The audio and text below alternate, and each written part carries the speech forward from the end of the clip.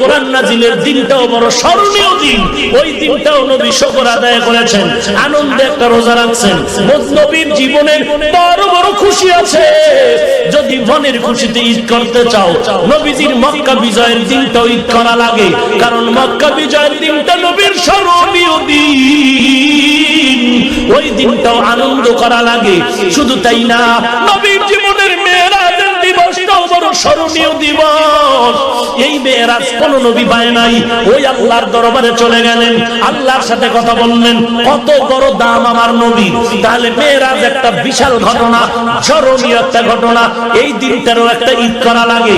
যদি বিবেক দিয়ে ঈদ করতে চাই, নবীর জীবনের বড় বড় ঘটনা, বদরের বিজয়ের ঘটনা একটা ঈদ করা লাগে, মক্কা বিজয়ের দিন একটা ঈদ করা লাগে। বিবেক বলে কোরআন নাজিলের দিন একটা ঈদ করা লাগে। আল্লাহর নবীর সাহাবী ওমর ডাক দিয়া কয়, মুসলমানের ঈদ বিবেক দিয়া হবে না, মুসলমানের ঈদ নির্ধারণ করে দিয়েছেন আল্লাহ।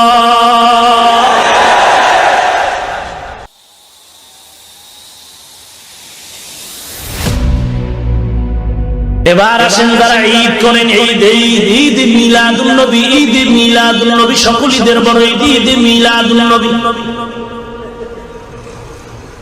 খুব খেয়াল করেন, খুব খেয়াল করেন। দেখি তো আমরা রসুল মিলাদুন নবীতে কিছু করেছেন কিনা। সহিহ মুসলিম শরীফ একটা হাদিসের কিতাব, বুখারীর পরের স্থান। এই হাদিসের মধ্যে আল্লাহর নবী মুসলিম শরীফের এক হাদিসে বর্ণনা করেছেন, আন আবি কাতাদা রাদিয়াল্লাহু তাআলা আনহু قال সুইলা রাসূলুল্লাহ সাল্লাল্লাহু আলাইহি ওয়া আলিহি ওয়াসাল্লাম عن صوم الاثنين فقال رسول الله صلى الله عليه وآله وسلم فيه ولدت وفيه أنزل علي أو كما قال النبي عليه الصلاة والسلام رواه مسلم أو مشكاة আল্লাহর রাসূল বলেন, নবী কাতাদা থেকে বর্ণিত, সাহাবারা প্রশ্ন করলেন, নবী প্রত্যেক সোমবার একটা রোজা রাখতেন। মুসলিম শরীফের হাদিস। নবী সোমবার কি রাখতেন? বছরে একদিন, মাসে একবার, না প্রতি সোমবার? প্রশ্ন করা হলো, ও পয়গম্বর, আপনি সোমবার দিন রোজা রাখেন, তার কারণটা কি? নবী বলেন, আমি দুইটা কারণে রোজা রাখি। সোমবার কয় কারণ? মুখস্থ করে নিবেন। আল্লাহর নবী বলেন, আমি সোমবার দিন দুইটা কারণে রোজা রাখি। এক নাম্বার কারণ, আল্লাহ তাআলা আমাকে যেদিন দুনিয়াতে ভূমিষ্ঠ করায় দিলেন মিলাদুন নবী, ওই দিনটা ছিল সোমবার। আমি নবী সোমবার দিন রোজা রেখে মিলাদুন নবীর শুকর আদায় করি। দুই নাম্বার কারণ, আল্লাহ তাআলা আমার উপরে যখন কোরআন অবতীর্ণ করেছিলেন, ওই দিনটাও ছিল সোমবার। আমি নবী সোমবার দিন রোজা রাখার মাধ্যমে কোরআন নাজিলের শুকর আদায় করি। এবার একটা মাসআলা আমাকে বলবেন, ঈদের দিন রোজা রাখা হালাল? সবাই একমত? ঈদের দিন রোজা রাখা যেমন হারাম, ঠিক রোজার মধ্যে ঈদ করাটাও হারাম। ওরে আল্লাহর বান্দা, কোনো ঝগড়া নাই, গেলে গালাগালি নাই, হিংসা নাই, দ্বন্দ্ব নাই, দূরত্ব নাই। আশিকে রাসূল ভাই, তুমিও যে আল্লাহ মানো, আমিও সে আল্লাহর গোলাম। তুমিও যেই নবীর উম্মত, আমিও সেই নবীর উম্মত। সাহাবাদের মাঝেও মাসআলা নিয়ে বিতর্ক ছিল, রাসূলের স্ত্রীদের মাঝেও বিতর্ক, তাবেঈনদের মাঝেও বিতর্ক, সব জায়গায় বিতর্ক। তবে আমরা বর্তমানের বিতর্কের মাঝে হিংসা আর গালাগালি তখন ছিল না, আর কোনো মাইকিনও ছিল না। কিন্তু হিংসা কেন আসলো? তর্ক হতেই পারে মাসআলা নিয়ে, কিন্তু এটা মাইকে মানুষ কেন জানবে? আলেমে বৈশা সমাধান করলেই তো হয়ে যায়। আমি তোমাকে একটা গালিও দিচ্ছি না, কত ভাবে বুঝায় প্রশ্ন করি। ওরে আশিকে রাসূল ভাই, তোমরা যারা মিলাদুন নবীর ঈদ করো রে বাবা, একটু আমাকে প্রশ্নের জবাব দাও। তোমার ঈদ করাটা সঠিক সঠিক সঠিক যদি বলো হ্যাঁ হ্যাঁ হ্যাঁ, তাহলে মুসলিম শরীফের হাদিস থেকে কি পাইলাম? মিলাদুন নবীতে রোজা রেখেছেন আমার নবী, তাহলে সেটা কি বেঠিক হয়ে যাবে? কারণ ঈদের দিন রোজা রাখা ঠিক না। যদি তোমার ঈদ সঠিক হয়, মিলাদুন নবী উপলক্ষে নবীর রোজা রাখা বেঠিক হয়ে যাবে। আর যদি বলেন না না, মিলাদুন নবী উপলক্ষে মুসলিম শরীফের হাদিসের মতে রাসূলের রোজা রাখাটাই সঠিক, তাহলে রোজার মধ্যে ঈদ করাটা কতটুকু সঠিক একটু চিন্তা করা দরকার। তারা হারাম কাজ করছে বলছি, জাহান্নামে যাবে বলছি, গালি দিয়েছি, আর কেমনে শালীন ভাবে কইতাম আল্লাহ ও আল্লাহ তো কুদরতের হাতে আমগো হেদায়েত দান করুন। রাগ করলেন? আর একটু সামনে যাই, সূরা মায়েদা একটা সূরা আছে না, ওই সূরার 3 নম্বর আয়াত,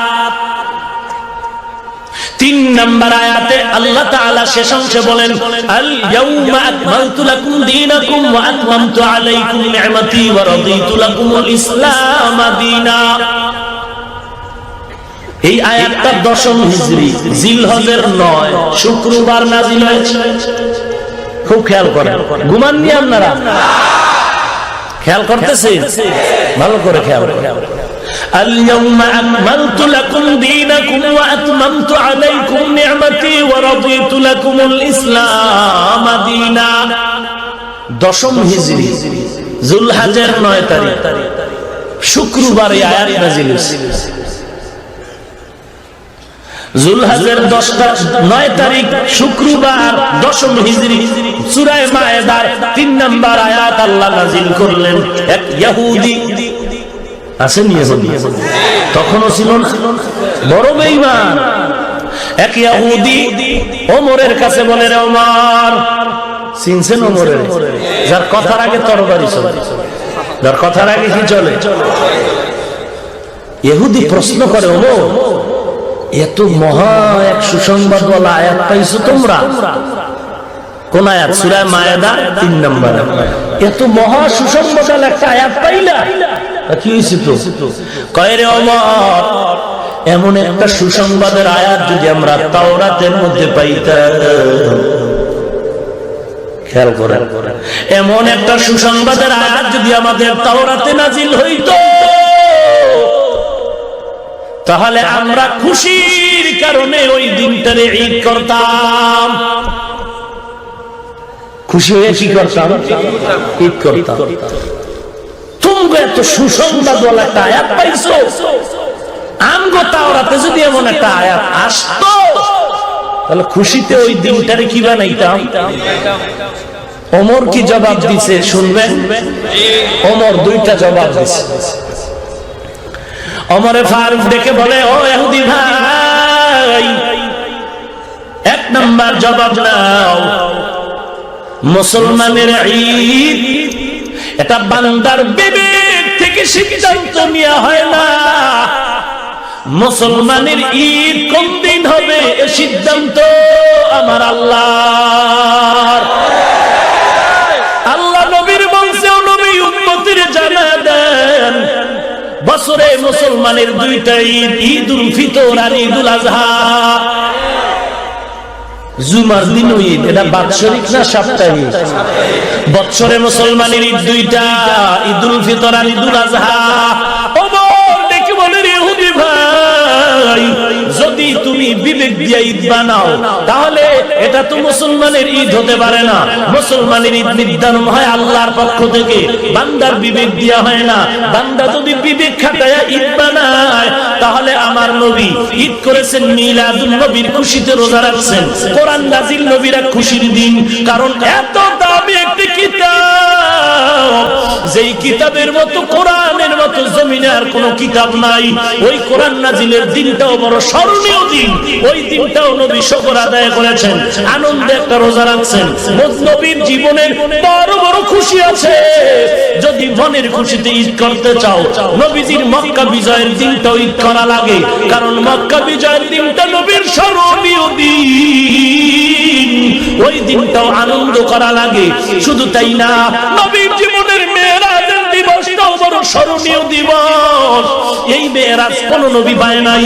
ওই আল্লাহর দরবারে চলে গেলেন, আল্লাহর সাথে কথা বললেন, কত বড় দাম আমার নবী।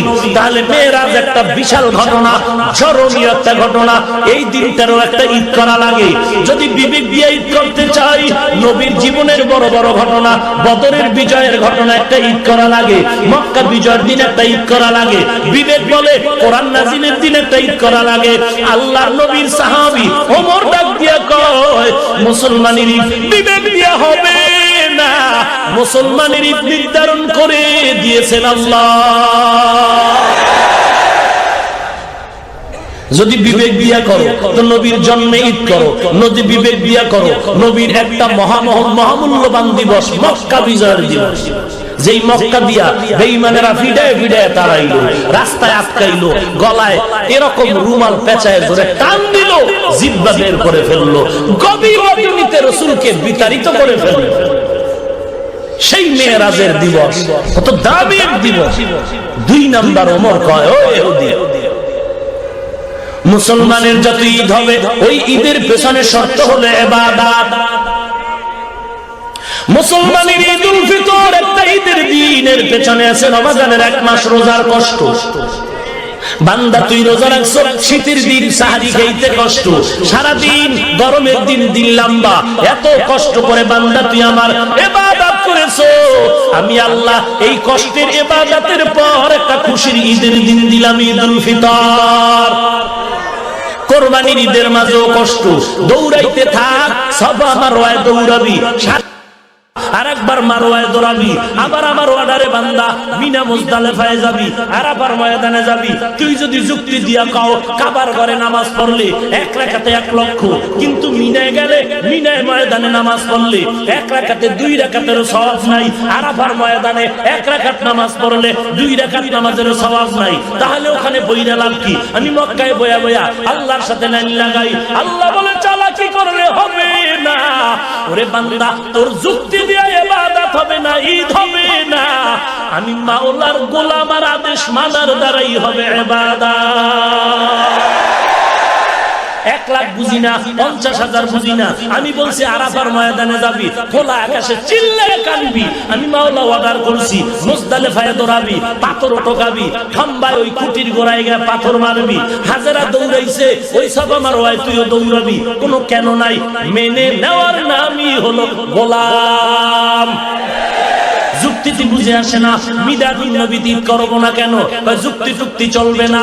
মুসলিম শরীফ বলে নবী মিলাদুন নবীতে রেখেছেন রোজা, ওমর বলে মুসলমানের ঈদ হবে আল্লাহর সিদ্ধান্তে, নবীর পরামর্শে, বিবেক দিয়া হবে না। কথা বুঝলেন নি? এবং ঈদের পেছনে থাকবে ইবাদত। কি থাকবে?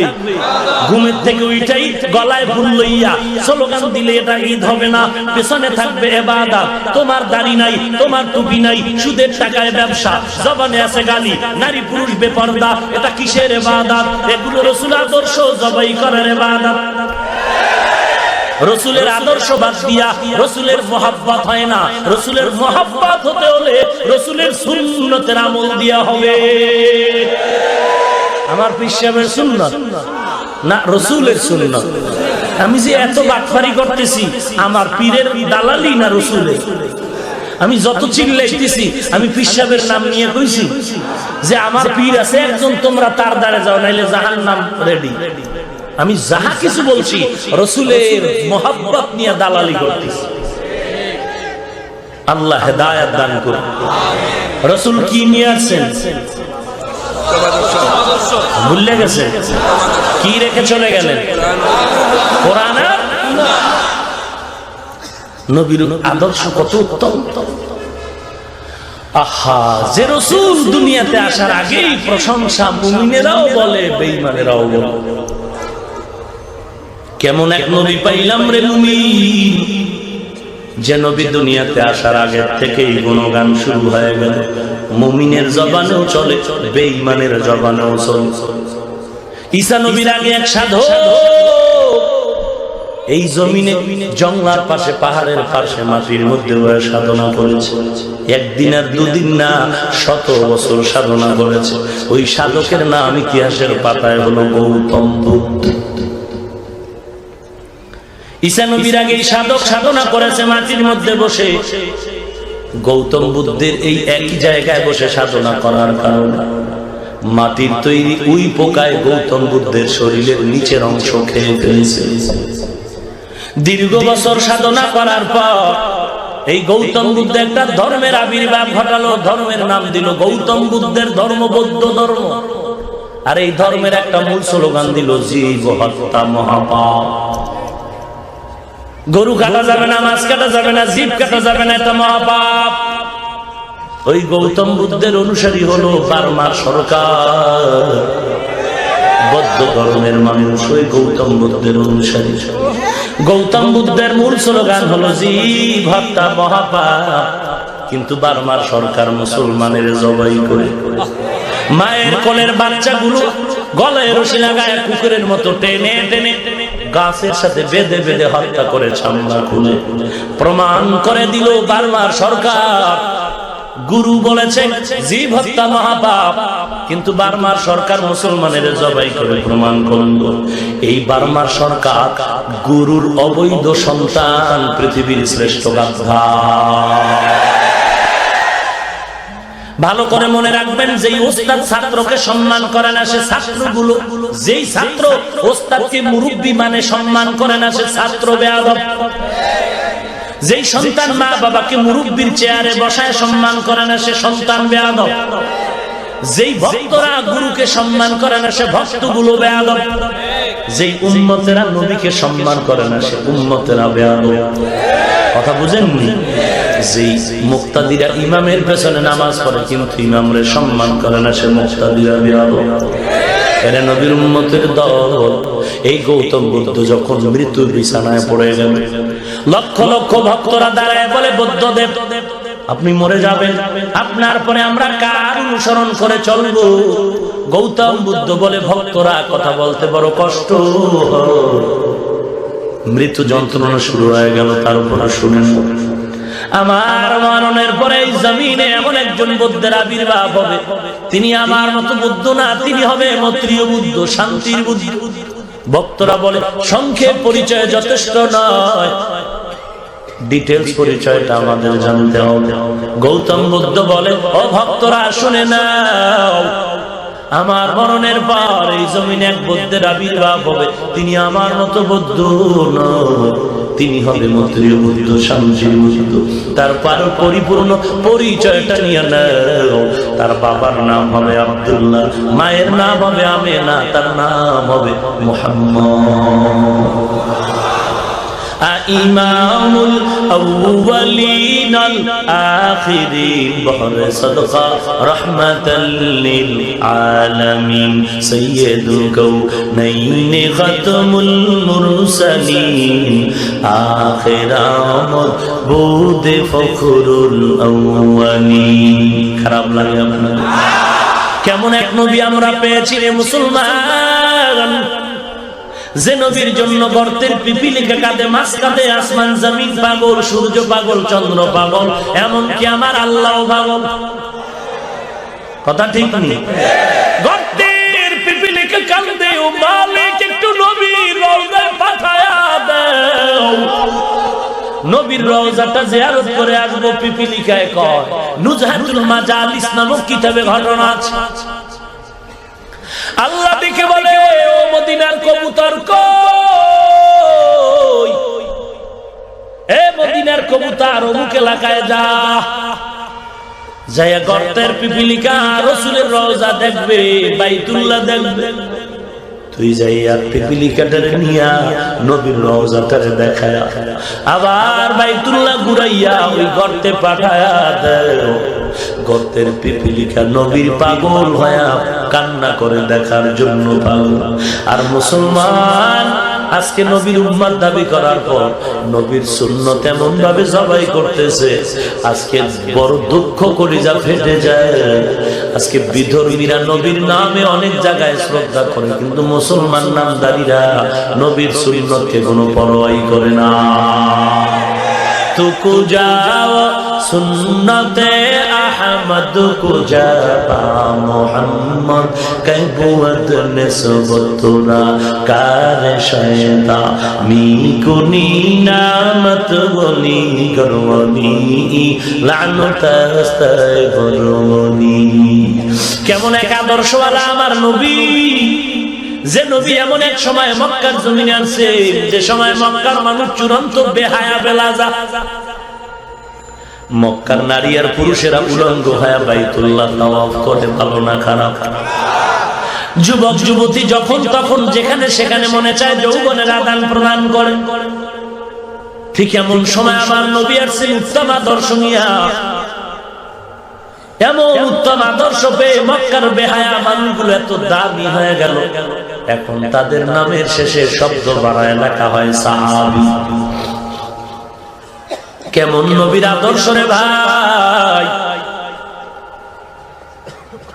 জমিনের মধ্যে কত আদর্শের গান শুনলাম। আব্রাহাম লিঙ্কনের আদর্শ, পেলেটোর আদর্শ, মাও সেতুনের আদর্শ, লেনিনের আদর্শ, কার্ল মার্ক্সের আদর্শ, সোশ্যালিজম, কমিউনিজম, ক্যাপিটালিজম, সমাজতন্ত্র, গণতন্ত্র, পুঁজিবাদ, যাহা কিছু দেখেছি রে মুসলমান, আল্লাহর কসম সব আদর্শগুলো না পাক, একমাত্র মদিনার নবীর আদর্শই হলো পাক। কেমন আমার নবীর আদর্শ পবিত্র! ১৫০০ বছর পরে নবীরে দেখতে পারে নাই, নবীর আদর্শের পাগল হইয়া আমেরিকার বৈজ্ঞানিক নীল আর্মস্ট্রং মাইকেল কলিন্স কালেমা পড়ে মুসলমান হয়ে গেল। নবীর আদর্শের পাগল হইয়া ভারতের সন্তান শিব শক্তি স্বরূপজি নবীরে দেখে নাই, শুধু নবীর আদর্শের পাগল হয়ে কালেমা পড়লো। এর নবীর উম্মত পাকিস্তানের হিন্দি গানের শিল্পী একটা গান গাইলে লক্ষ টাকা হাদিয়া, ইন্টারনেটে সার্চ দে জুনায়েদ জামশেদ নাম লেখ, এখনো তার হিন্দি গান পাবি। কিন্তু আল্লাহর বান্দা ইসলামের রাসূলের আদর্শ মানার কারণে কয়েক মাস আগে বিমান দুর্ঘটনায় ফ্যামিলি সহ পৃথিবী থেকে বিদায় নিল। এখন যদি তাকায় দেখো ওই বান্দা নবীর আদর্শে এত পাগল হয়ে গেল। এখন যদি তাকাও মনে হবে এখনো গানের শিল্পী না, বরং পাকিস্তানের বড় একজন বুজুর্গ। নবীর আদর্শ এত দামি একটি সম্পদ। ওমরের দরবারে এক ইহুদি গিয়া বলে নবীর আদর্শ নাকি দামি, বলে হ্যাঁ একটু বয়ান দাও তো। বলবো? ওমর বলে নবীর আদর্শের বয়ান আমি পারব না, কারণ আমি জীবনের বেশি টাইম ঈমান হারা হালাতে কাটাইছি। জীবনের এক পর্যায়ে এসে আমি নবীর আদর্শ পাগল হইয়া আমি মুসলমান হয়েছি, নবীর জীবনী পুরা পাই নাই। কেমন নবীর আদর্শ, যে আদর্শ গ্রহণ করার কারণে ১০ জন সাহাবা দুনিয়াতেই জান্নাতের টিকিট পেয়েছে। নতুন শুনলেন? আরো আগে শুনছে কয়জন? বলেন প্রথম নামটা কার? দ্বিতীয় কার নাম? ৩ নম্বরে কার নাম? ৪ নম্বরে কার নাম? রাদিয়াল্লাহু আনহুম আজমাইন। আবু বকরের ইতিহাস পড়ে দেখো, ৪ খলিফার বাংলা ইতিহাস পাওয়া যায়, পড়ে দেখো আবু বকর কত দামি, জান্নাতের টিকিট তার হাতে রেডি। এরপর ইতিহাস পড়ে দেখো মৃত্যু পর্যন্ত শুধু কান্নার আওয়াজ। ওমরের কান্না, ওসমানের কান্না, আলীর কান্না। আজকে ময়দানে কান্নার বয়ান নাই, কান্নার কোনো বয়ান নাই। কেন কেন শুধু কান্না নাই নাই নাই নাই এমনটা না। এক বক্তা বলে বাঙালি বেশি কাঁদবা না, নবী বেশি কাঁদে নাই। ওরে যেই বক্তা বেশি হাসাইতে পারে সেই বক্তা বড় দামি। এরে নবীর উম্মতের দল, আল্লাহর নবীর আদর্শ এত দামি এক সম্পদ।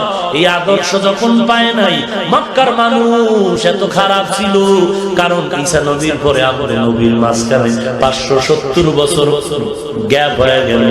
এই দিনগুলোতে এরা কোনো মুরব্বী পায় নাই। মুরব্বী না পাওয়ার কারণেই তাদের চরিত্র ধ্বংস হয়ে গেল। ভৈরবের মানুষ আমি আজকে ফাইনাল অ্যান্সার দিয়া যাই, যারা বলবে আমার কোনো মুরব্বী লাগে না, ইমাম লাগে না, কোনো উস্তাদ লাগে না, তুমি নিঃসন্দেহে ধরে নাও তুমি গোমরা। আল্লাহ কয় মুরব্বী লাগবে, তুমি কেন কও লাগবে না? ومن يطع الله والرسول فاولئك مع الذين انعم الله عليهم من النبيين والصديقين والشهداء والصالحين وحسن اولئك رفيقا। আল্লাহ বলেন আমি 4 দল মুরব্বী দিলাম, নবীগণ, সিদ্দিকগণ, শহীদগণ, সালেহগণ।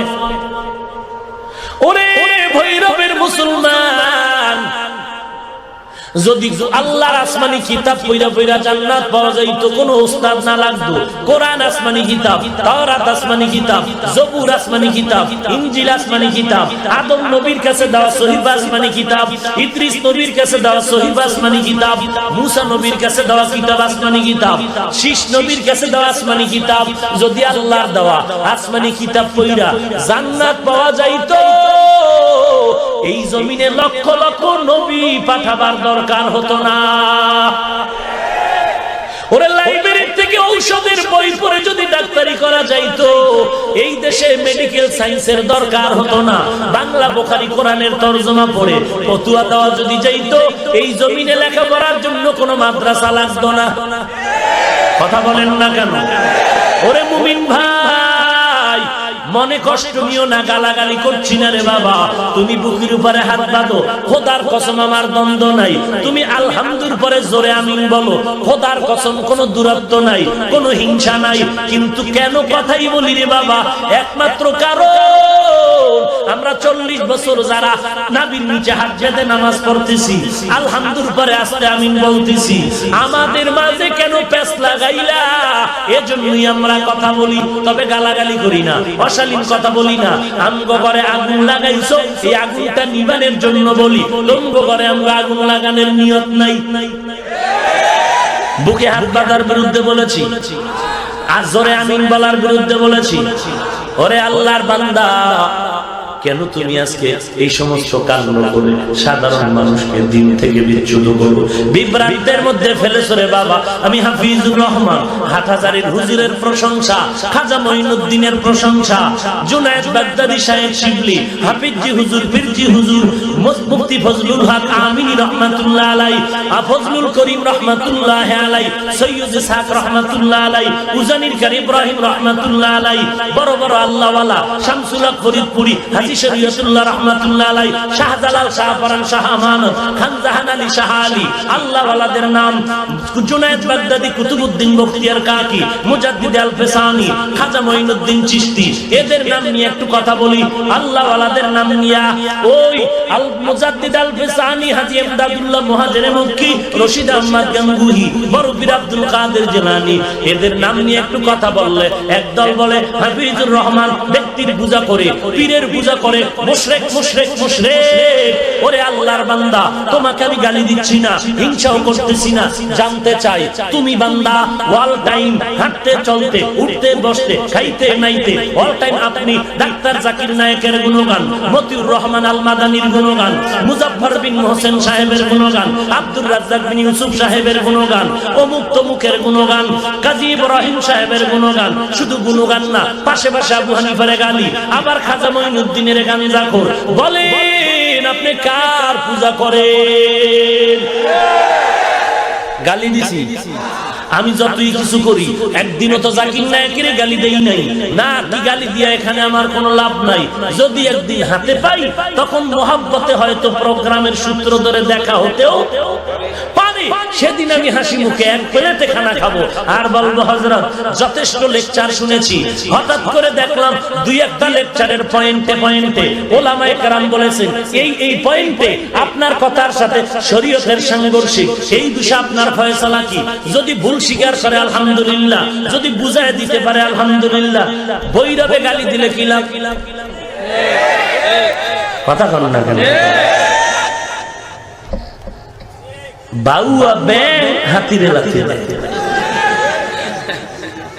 বাউয়া ব্যাং চিনেন? যে বৃষ্টির সময় জিকির করে, তেরবান এই মিয়া ব্যাঙে গান গায় না, খোদার তাসবিহ পড়ে। সন্দেহ আছে না? সমস্ত মাখলুকাত কার তাসবিহ পড়ে? এক বুজুর্গ কয় যে বড় ঘড়ি কাটা লম্বা টুন টুন করে বাড়ি দেয়, এ টুন টুন করে না, ও খোদার নামের জিকির করে। সুবহানাল্লাহ কইছেন। আমার জাতি ভাইরা কইবে এইবার না হাফিজুর রহমান রে মুশরিক বলার ফতোয়া ওপেন হয়ে গেল।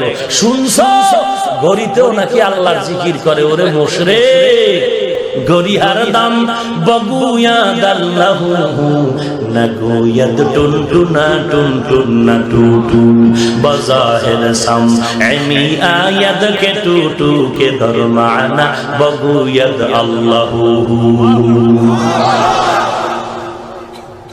বাবু ভাইয়া হাতির লাঠি দেয় পাওয়ার কি কয় ভিতরে টাওয়ার আছে। কিসের টাওয়ার? এবার তদন্ত কইরা দেখা গেল আইয়ুব খানের পয়সা লাগানো ব্যাঙের ফাঁসার ভিতরে। ওই বাবা কোরআন শরীফ খুইলা দিলে আরবি, তা আমিও বুঝি না, আব্বাও বুঝি না। বুখারী খুইলে আরবিটা দিলে কয় খবরদার মাপ চাই দোয়া। এই লোক আবু হানিফারে গালি দেয়, খাজা মঈনুদ্দিনের কয় গাঞ্জা খো। ব্যাপার কি? কেউ যদি কয় ময়দান থেকে, এই হুজুর তুমি যে ব্যাঙের কাহিনীটা শুনাইলা, এটা কোরআন শরীফের কত নম্বর সূরায় আছে?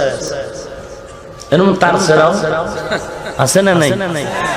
এইরকম তার সেরারাই ওয়াজের ঘরে মোবাইল চুরি করে।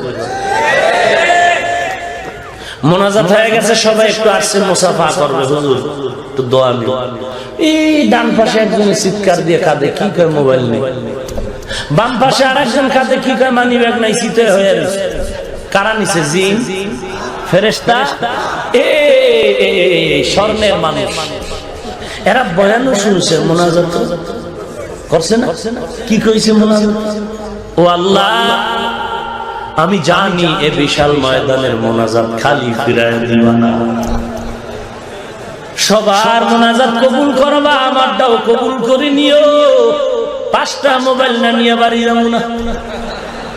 এরে বদমাইশরে বাটপার, তোরে যদি আমি হাতে পাইতাম জিগাইতাম তোর মা খারাপ না তোর আব্বা খারাপ। এরে বদমাইশ, তুই মানুষটারে কান্দাইয়া চোখের পানি ছেড়ে মোবাইল নিয়ে বাড়ি গেছো। মারার পরে না আগেই ঘুমের ঘরে তোর হাত বাঁকা হয়ে যাবে। তোরটা না হলে তোর ছেলে মেয়েরটা হবে, তারটা না হলে তোর স্ত্রীরটা হবে। হবেই। আজকে যদি বরদোয়া দিই, আজকেই হবে। কারণ এতগুলো মানুষের আমিন ফেরত যাবে না। বরদোয়া করি নাই, দোয়া করি তওবা কর। চোখের পানির অভিশাপ বড় কঠিন অভিশাপ। টাকার অভাব নাই, কোটি টাকা, হাতে হ্যান্ডকাপ কেন? গরিবের চোখের পানির অভিশাপ। ঠিক কিনা বলো? চোখের পানির অভিশাপ বড় কঠিন। আল্লাহ হেদায়েত দান করুন। যার পান খাওয়ার অভ্যাস নেই আর যদি পান দেয়, তা চান্দি গরম হয়।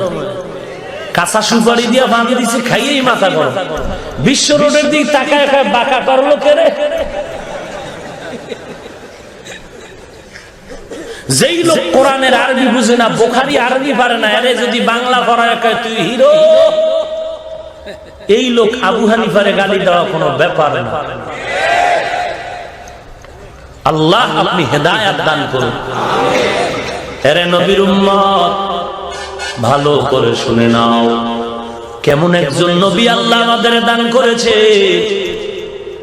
ওমরের দরবারে গিয়া এক ইহুদি বলে, নবীর আদর্শের একটু বয়ান আমারে শোনাও। ওমর বলে, আমি পারবো না। কয়, কোথায় গেলে পাবো? ওমর বলে, নবীর একজন আদরের সাহাবী বেশি আদর করতেন, ওর কাছে যাও। বলে কে? বলে আফ্রিকার জঙ্গলের বেলাল। বেলালের দরবারে চলে যাও। বলবো ঘটনাটা? কে সে বেলাল? নবী মেরাজ থেকে এসে বলেন, রে বেলাল, এমন কি আমল করেছো যে আরো সে তোর আওয়াজ পেয়েছে? বেলাল বলে, পয়গম্বর, আমার কোনো আমল ভালো নাই, তবে আমি একটা দাইমি আমল করি রে নবী। ওযু করার পরে 2 রাকাত তাহিয়াতুল ওযু নামাজ আদায় করি। قال النبي صلى الله عليه وآله وسلم أحب الأعمال إلى الله أدومها وإن قل। নবী বলেন, ওই আমল আল্লাহর দরবারে দামি যেটা সব সময় করে, যদিও আমল ছোট। সব সময় আমল করলে একটা পাওয়ার আসে, পাওয়ার। কে সে বেলাল? আমার নবী মক্কা বিজয়ে বাইতুল্লাহর কিনারায় হাতে লাঠি নিয়ে মূর্তিগুলো ভাঙে আর বলে, আলী, বড় বড় মূর্তিগুলো ভেঙে ফেলায়। আজ আমার দিলটা বড় খুশি, কারণ এই মক্কায় আমি মন ভইরা একটা রাকাত নামাজ পড়তে পারি। আমি মক্কার কাছে এসে একটা মন ভরে সেজদা দিতে পারি না রে আলী। আমার বংশের লোকেরা আমার কত আঘাত করেছে রে আলী। আজ আমার এই মক্কার দিন বড় আনন্দের দিন, আমি স্বাধীন করেছি। মক্কার মূর্তিগুলো ভাঙ্গা জমজম পানি দিয়া পবিত্র বানায় দাও। আজ আমি মনের খুশিতে জোহরের নামাজ জামাতে আদায় করবো আজকে আমার সাথী। আমার নবী লাঠি হাতে নিয়ে মূর্তিগুলো ভেঙ্গে ভেঙ্গে পালায় দেয়, আর আমার আশেকে রাসূলেরা পীর বাবার ছবি গলায় নেয়, আর ঘরের আলমারির মধ্যে বাঘ ভাল্লুক আর বানরের ছবি দিয়া শোকেস বোঝাই করে রেখেছে।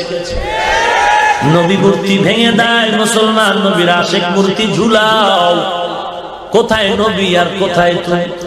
এরে নবীর উম্মতের দল, আমার নবী আজ খুশি আবার চোখে পানি, খুশির কান্না, কারণ এই মক্কা থেকে বড় কষ্ট করে মদিনায় যাওয়ার আগের 3টা বছর বড় কষ্টের ছিল আমার নবী। মাঝে মাঝে আম্মা জান আয়েশা বর্ণনা দেয়, দেখতাম আমার হুজরার পাশে বৈশা নবী মাঝে মাঝে গুনগুন গুনগুন করে কান্না করে। আম্মা জান আয়েশা বলতেন, আমি জিজ্ঞাসা করলাম নবী, আমি আয়েশা আপনার পাশে, আপনি কেন কাঁদো? নবী বললেন, আয়েশা তুমি জিজ্ঞাসা করবা না, আমার দুঃখের দিনের কথা মনে পড়লে চোখের পানি ধরে রাখতে পারি না। নবী আপনি কেন কাঁদবেন? নবী বলেন, আয়েশা তুমি আমার সুখের দিনের বিবি, কিন্তু আমার জীবনটা সুখের নয়, বহু কষ্ট আমি জীবনে করেছি। বিশেষ করে মদিনায় আসার আগের 3 বছর বড় কষ্ট করেছি, কারণ আমার মাথার উপরে 2টা ছায়া ছিল, চাচা আবু তালেব আর খাদিজাতুল কুবরা। এরা যখন চলে গেল, ইন্তেকাল হয়ে গেল, কওমের লোকেরা আমার উপরে অত্যাচারের অবস্থাটা বাড়ায় দিল। আমি খাদিজার কথা যখন মনে আইসা যায়, ও আয়েশা আমি চোখের পানি ধরে রাখতে পারি। কে সে খাদিজার? আয়েশা তুমি জানো, আমি একা একা জঙ্গল পেরিয়ে, পাথরের পথ পেরিয়ে হেরা পাহাড়ে উঠতাম, কেউ নাই আমার পাশে বসে। আমি ওই পাহাড়, এখন সিঁড়ি আছে, এসি আছে, উপরে দোকান আছে, তখন তো কিছুই নাই। নবীজি বলেন, আয়েশা আমি একা একা গিয়া ওই পাহাড়ের উপর উঠা করতে নেমে আমি কাবার দিয়ে ফিরে আল্লাহ ধ্যানে কাটাই। 1 দিন 2 দিন 3 দিন 1 সপ্তাহ পর্যন্ত আমি বাড়ি যাইতাম। মাঝে মাঝে তাকায় দেখতাম ওই খাদিজাতুল কুবরা মহিলা মানুষ জঙ্গলের পথ পেরিয়ে, পাথর পেরিয়ে, এত বিশাল উঁচু পাহাড় বেয়ে বেয়ে উঠে ওই আমার বিবি খাদিজা দেখতাম আমার পাশে গর্তে নেমে নাস্তা নিয়ে হাজির হয়ে গেছে। ওরে আয়েশা শুধু তাই না, আমি পেটে পাথর বেঁধে মানুষের কাছে কাছে ঘুরে ঘুরে কালেমার দাওয়াত দিতাম। 1 দিন 2 দিন 3 দিন পরে ঘরের দরওয়াজায় এসে দাঁড়াইতাম, সালাম দেওয়া মাত্র দরজা খুলে যেত। আমি দেখতাম আমার সহধর্মিনী খাদিজা দাঁড়ায় আছে। আমি একদিন বললাম, ও খাদিজা আপনি কি ঘুমান না? খাদিজা চোখের পানি ছেড়ে বলেন, ও পয়গম্বর, আমি 2 জন স্বামী বিদায়ের পর আপনাকে কবুল করেছি রে পয়গম্বর। আমি 5টা সন্তানের মা হওয়ার পরে আমি আপনার ঘরে, আমি খাদিজা জানি আপনার মাও নাই, আপনার বাবাও নাই। আজকে যদি আপনার মা জমিনে থাকতো, আপনাকে বাইরে রেখে মা ঘুমাইতো না, খানাও খাইতো। ওরে পয়গম্বর, আপনি বাইরে বাইরে ঘুরে যান, কালেমার দাওয়াত দেন, কত দুশমন আপনার চতুর্পাশে। ওরে নবী, আল্লাহর জাতের কসম, আমি জানি আপনি মা মা বলে জীবনে একটা ডাকও দিতে পারেন নাই। আপনি আব্বা বলে ডাক দিয়ে কলিজা ঠান্ডা করার সুযোগ পান নাই রে নবী। আমি খাদিজা অনেক চিন্তা করে দেখেছি, আপনি বড় ইয়াতীম।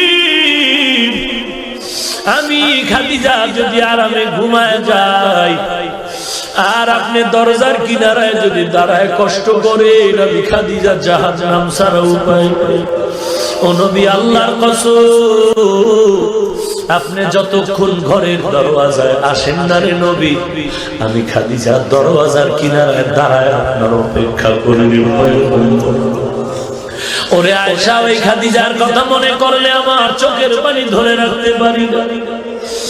আজ আমার সেই মক্কার জমিন আমার ফিরে পাইলাম রে আলী। আজ আমার খুশির কান্না,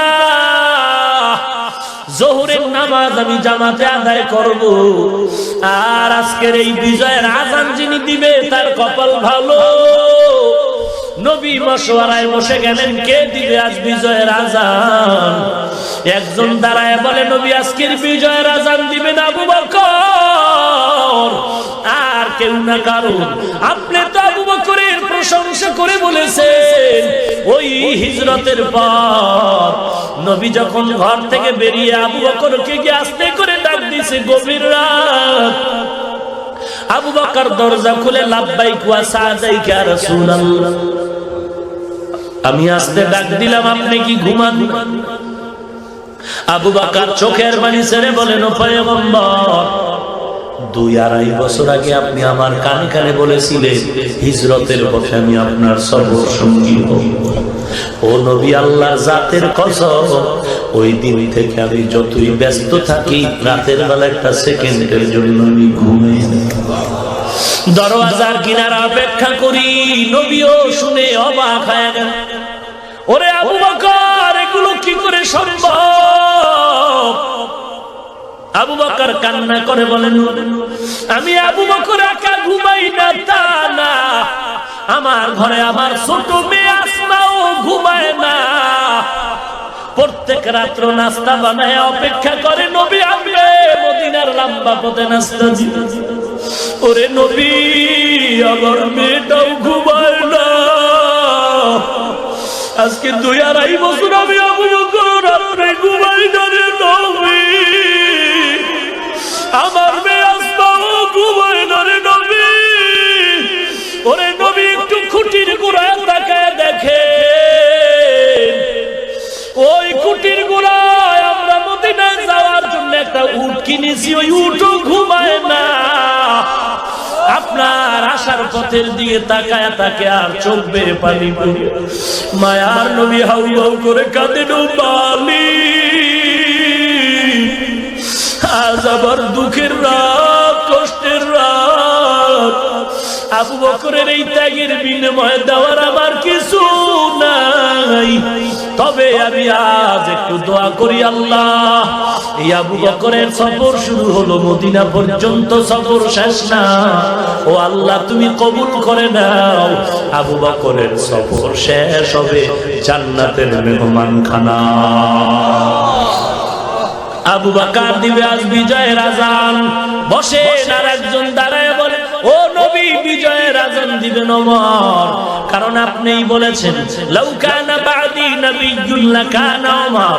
আল্লাহ আপনার পরে নবী বানাইলে ওমর হতো পরের নবী। কোরআনের মধ্যে ওমরের পক্ষে 3টা আয়াত আল্লাহ নাজিল করেছেন। ওরে নবী, আজ ওমর দিবে, আপনিও বসেন। আর একজন দাঁড়ায় বলে, নবী আজকের বিজয়ের আযান দিবেন উসমান, কারণ আপনি নবী বলেছেন লিকুল্লি নবিয়্যিন রাফিকুন ওয়া রাফিকি ইয়ানি ফিল জান্নাতি উসমান। সকল নবীর জান্নাতে এক বন্ধু হবে, আপনার বন্ধু হবে জান্নাতে উসমান। উসমান দিবে আযান, আর কেউ না। আপনি বসেন, আর একজন দাঁড়ান। দাঁড়ায় বলে, নবী বিজয়ের আযান দিবেন আলী, কেন? আপনিই বলেছেন আনা দারুল হিকমাতি ওয়া আলিয়্যুন বাবুহা ওয়া আনা মাদিনাতুল ইলমি ওয়া আলিয়্যুন বাবুহা। আমি নবী হিকমতের ঘর, ইলমের শহর, আর এর দরওয়াজা হলো আলী। ওই আলী দিবে আজ বিজয়ের আযান। নবী চুপ হয়ে গেলেন। আল্লাহর সিদ্ধান্ত আসবে। আল্লাহ তাআলা জিবরাইল পাঠিয়ে দিলেন সময় মতো, নবীকে সালাম জানায় সিদ্ধান্ত দাও।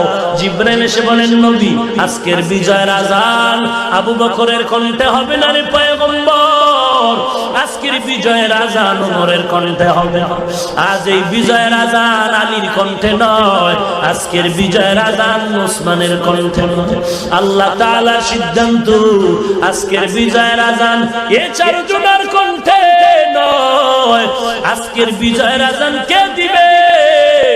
আল্লাহর সিদ্ধান্ত হয়েছে, আজকের বিজয়ের আজান হবে বেলালের কণ্ঠে। কাবেলিয়ত দাদে উরা শর্ত নি বলকে শর্ত কাবেলিয়ত দাদে উস মকবুল তু है शाज़ है काबिल तू बहुत है मकबूल तू है शाज़ है काबिल तू बहुत है आईना के मानिंदे तू नहीं दिल तू बहुत है आईना के मानिंदे तू नहीं दिल तू बहुत है।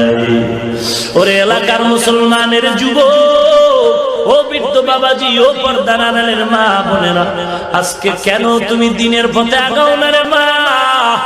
আমি হাফিজুর রহমানের মা, ও মা তুমিও একজন সন্তানের মা। এর যুবক, পাও দুটো আগায় দে, আমি তোর পায়ে হাত রেখে বলে যাই, টুপির কারণে দাড়ির কারণে নবীর আদর্শে সম্মান কমে না, বরং আল্লাহ এত সম্মান দান করেছে, পৃথিবীর বড় এক নম্বরের ধনী লোকটাও এত সম্মান পায় না। এর যুবক, আজকে তুই টুপি মাথায় দাও না কেন? বলে মাথা গরম। টুপি মাথায় দিলে মাথা গরম হয়? খোদার কসম, তোর থেকে বুঝ আমার কম না। লম্বা জামা পরলে শরীর গরম লাগে, কম বুঝি না রে বাবা। দাড়িটা রাখলে যৌবনের ভাব চলে যায়, তোমার থেকে কম বুঝি না। এরে বাবা, নামাজ পড়তে কষ্ট হয় শীতের দিন, তোমার থেকে কম বুঝি না।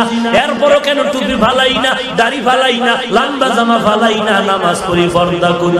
ওরে বাবা, দুনিয়ার সরকার আমগো টাকা দেয় না, না, বরং টুপির কারণে দাড়ির কারণে কত গালাগালি শুনতে হয়। এরপরও কেন টুপি ফালাই না বাবা? একমাত্র কারণ আল্লাহর কোরআন পড়েছি, নবীর হাদিস পড়েছি, স্পষ্ট আল্লাহর কোরআন সত্য, কোনো সন্দেহ নাই। নবীর হাদিস সত্য, কোনো সন্দেহ নাই। ওই জায়গায় আল্লাহ বলেছে, গুনাহগার হয়ে যদি কবরে যাও, দুই পাশের মাটির চাপ পাথরের হাড় চুরমার হয়ে যাবে, কবরের মধ্যে জাহান্নামের আগুন দাউ দাউ করে জ্বলবে। গুনাহগারের কবরে ৯৯টা সাপ। দিনের বেলা সূর্য, বিজ্ঞানীরা বলে জমিন থেকে ৯,৩০,০০,০০০ মাইল দূরে। ওই সূর্যের গরম, কিন্তু শীতের রাত, সূর্য নাই, এরপরও কেন গরম লাগে? আল্লাহর নবী বলেন, কিয়ামতের ময়দানে সূর্য মাথার উপরে আল্লাহ দিয়া বলবে, সব তাপমাত্রা ছেড়ে দাও। সূর্যের তাপ যখন পড়বে, গুনাহগারের মাথার মগজগুলো টক টক করে ফুটতে থাকবে। ওই পেটের গলি তো নারী মুড়ি পায়খানার রাস্তা দিয়া ঝুমঝুম করে পড়ে যাবে। ওরে মার কোনো পরিচয় চাই? নবীরা পর্যন্ত নাফসি নাফসি বলে কাঁদে, ওদিকে জাহান্নামের চিৎকারের আওয়াজ। ও আল্লাহ, গুনাহগার গুলো কই, আমাকে দাও। আল্লাহ বলবেন, জাহান্নাম অপেক্ষা কর, গুনাহগারের বিচার আমলনামা মাপ দিয়ে নে। জাহান্নাম থামতে চায় না। আল্লাহ বলবে, ফেরেশতারা ৭০,০০০ শিকল লাগায়া জাহান্নামের পেছনে ধরে রাখ। ৭০,০০০ শিকল লাগায়াও ধরে রাখতে পারে না। জাহান্নামের আওয়াজে হাসরের ময়দানটা